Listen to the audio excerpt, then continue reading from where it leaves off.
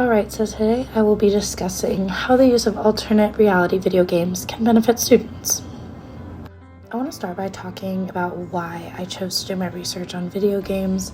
I think that they're super controversial. I think most educators don't actually understand how crucial technology is to the newer generations, and they tend to shy away from it or target it as a negative. However, if it's used correctly and within the boundaries of copyright and fair use, it can be so beneficial for students, and technology really isn't going anywhere. I want to talk about how my colleagues can benefit from using these alternate reality video games.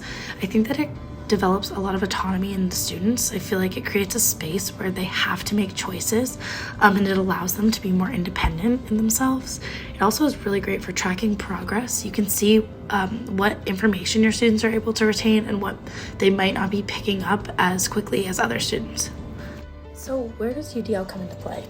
UDL is super important to us as educators because it's used to make sure that each of our students has access to the same educational opportunities.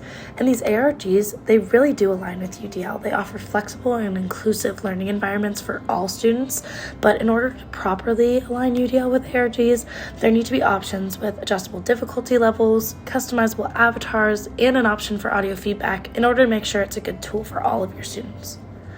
There are a few ways that you can use these ARGs for individual and collaborative learning. A few ways that you can use ARGs for individual learning would be to provide students with specific games that cater to their academic needs, as well as offer a game as an independent study for a student, maybe. Give them an opportunity to work at their own pace.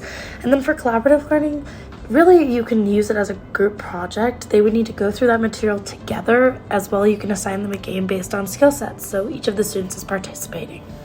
Social interaction, this is a big one. You're probably wondering, how do video games help with this? There are actually so many different ways you can use ARGs to foster positive social interaction in the classroom. You can use them to introduce students to each other at the beginning of the year. You can have discussions after finishing the game, and that would help create positive social interaction. And you can also use them for healthy competition among your students. As long as you're keeping an eye on them and making sure that things don't get too out of control, I think it's a great idea. Engagement. This is what we as educators really want to see from our students, and to do that, we need to provide clear learning objectives for our students, set goals, provide them opportunities to choose, the customization of characters, and encourage them to use critical thinking. The more that they have to think about how to get past a certain level of the game, the more they'll want to figure out how to do it. It's definitely a motivational factor for kids in these new generations. And lastly, self-motivation for students. This is something that we really want to see. Obviously, when they get to the college level, they're going to need to be able to self-motivate. I think that extra credit is a great opportunity for students. If we offer them up to surpass their goals, they'll be more motivated to do it. As well, making sure that the ARGs are challenging, but also achievable. We don't want them to be so frustrated that they just want to quit.